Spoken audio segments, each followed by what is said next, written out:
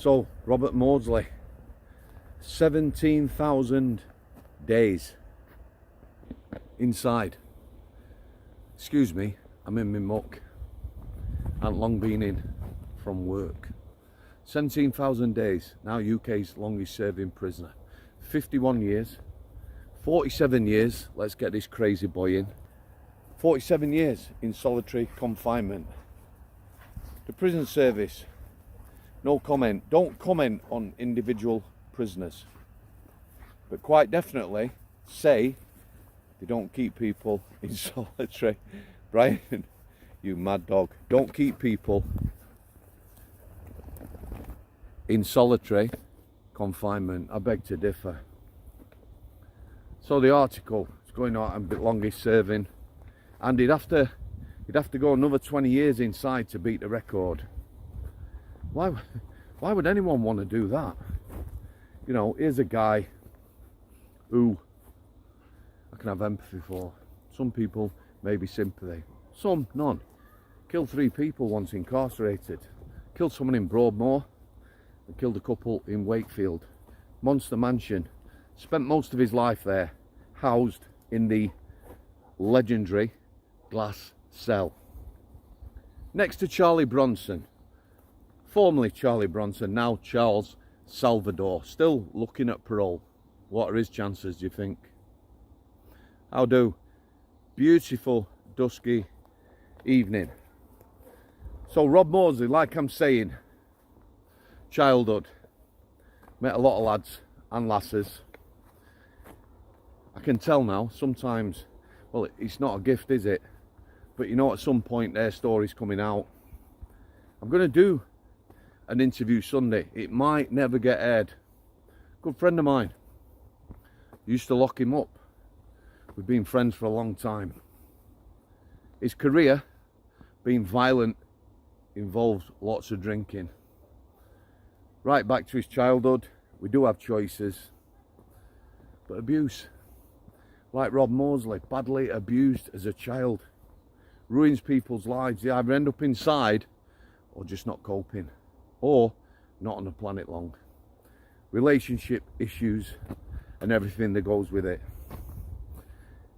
The reason I'm talking about him is not about him breaking a record. Some Australian French guy spent 71 years incarcerated from the early 1900s. But he was in an asylum, forensic unit. It's about assisted dying. Assisted dying, so he's asked a couple of times. I want to know your thoughts on this. Deaths in prison are always, you know, they're a tough subject. Someone's loved one dies in prison. Me, most of you, that person happens to be somebody who has abused kids or women in the worst possible way. We don't bat an eyelid, do we? A lot of these people do have families. Capital punishment, never coming back, is it? Some of them should be end at rope. There's people getting out now who shouldn't be out. But that's our criminal justice system, isn't it? Assisted dying, should we do that? You know, there's some sort of assisted dying legislation being discussed now. I don't know whether they brought it in. Should it apply to prisons? Why won't it?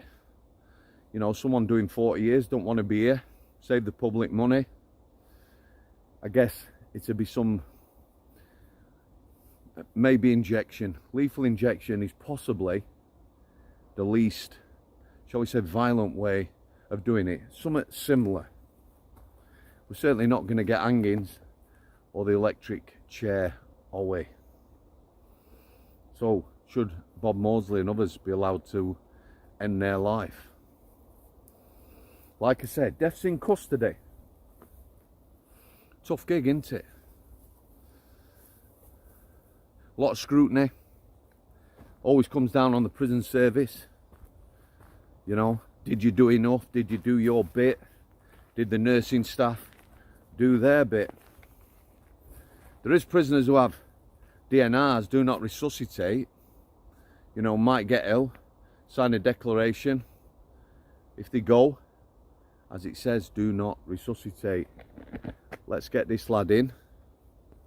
And let's not forget our illustrious MPs. Here you go, Bri. Here you go. Our illustrious MPs in Parliament. You are a beautiful boy. Basically signed death warrants for all the old people in old people's homes, dementia and the like, during the lockdown. Do not resuscitate. Our last worked in that environment. Absolutely, sorry for dropping the F-bomb, need to now and again, absolutely fucking heartbreaking. Heartbreaking. Do not resuscitate, en masse, old people. Lots would have lived. It was a very cruel time. It destroyed our lass. She's like me, she's an empath. She loved the people that she looked after. Tragic that. Canada's one. They've got some dark, sinister assisted dying.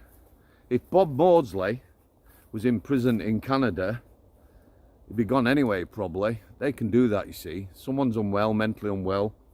A child even, a teenager, maybe someone in the 20s, they can ask to be, well, assisted in dying. They'll do that. He was talking Canada of children with disabilities, getting rid of them. That sounds harsh from me. That's the Canadian government getting rid of people, maybe emptying prisons. You know, anyone over 15 years, boom, there you go, lethal injection. It's not a problem, is it? You don't have to fund them for the rest of their lives. But it's a line, isn't it? It's a discussion we should be having. Just leave it there, you know. No, I'm going to tell you a little story from Strangeways, this. People might be critical of this. Like I said, some people take their own lives, can't deal with the crime. People getting bullied, relationships ending. We had a young lad took his own life. He'd had a relationship in another prison with a member of the healthcare staff. At Strangeways, he was put on punishment, basic regime.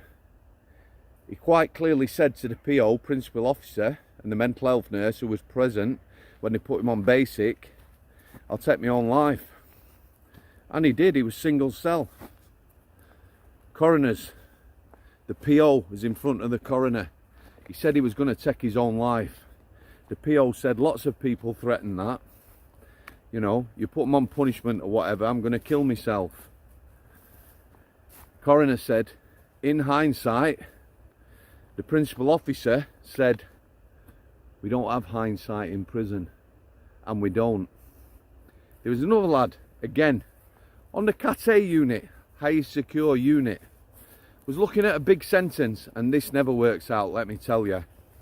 Few lads, couple I've known really well, looking at big sentences. They've been broke out of prison. Not out of prison, that's too hard. But maybe hospital, or on the way to hospital. You know, prison van, ambulance, taxi, pulled over, and they get off. Caught within months, looking at 7 to 9. Add on that, being bussed out. Big sentence. This lad was looking at a big sentence. His family, because of things he'd done on the out, didn't want to know him, telling him to kill himself. On the phone, daily. Daily. Security didn't think that was important. Didn't think the healthcare staff needed to know that. Anyhow, officers on nights attending an emergency cell bell on the Cat A unit. Another bell goes, this lad's bell. Shouts up the landing, I'll be with you in a second. It was about 1.5 minutes in total, on camera, getting to that cell. The lad had pressed the cell bell, which was by the door. This is what they think happened. Ran to the bars, there was heating pipes below the bars, stood on them and put a noose round his neck. They think not intending to kill himself, and he slipped And in that minute and a half, he was gone. Couldn't bring him round, couldn't resuscitate him. Death by stupidity. That's what people were saying. Again, coroner looking to blame the prison. I think in that instance, the fact that security had not mentioned his family were telling him to kill himself could have been quite significant. Just going to leave it there, guys. Robert Mosley, 51 years, 47 in solitary. Should he be allowed to take his own life or assisted? Thanks for your continued support. God bless you all. Shoulder to shoulder. Digital ID now, trying to force us on it. That's too far, isn't it? Yeah? En masse, we're going to reject that, aren't we? All in the name of stopping illegals working. What a load of shit. God bless you all. Now then, madman. Again, can't thank you enough. Amazing community. From me and Brian. Thanks for coming. Sit down. I'll see thee.